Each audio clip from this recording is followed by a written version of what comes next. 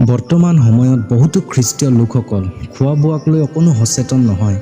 আধুনিকতাৰ প্ৰভাৱত পৰি যিহকে মন যায় তাকেই খাবলৈ ধৰিছে। স্বাস্থ্যৰ প্ৰতি অকণো সজাগ নহয়, নিচাজাতীয় খোৱা বস্তুৰ প্ৰতি আকৰ্ষিত হৈছে। প্ৰথম কোৰিন্থিয়া 8:8 পদ, খোৱা বস্তুৱে ঈশ্বৰৰ আগত আমাক গ্ৰাহ্য নকৰাব, বিপৰীতে অগ্ৰাহ্যহে কৰাব, যদিহে আমি নিচাজাতীয় খোৱা বস্তুবোৰ সেৱন কৰোঁ।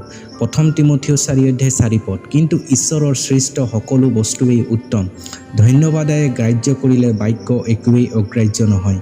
ঈশ্বৰৰ সৃষ্ট সকলোখিনিয়েই খাব পাৰোঁ, কিন্তু চৰ্ত এটাই আছে, ধন্যবাদ সহকাৰে খাব লাগিব। এতিয়া মূলত বিষয় এইটো যে কি আমি ধন্যবাদ সহকাৰে খাব পাৰোঁ আৰু কি আমি খাব নোৱাৰোঁ।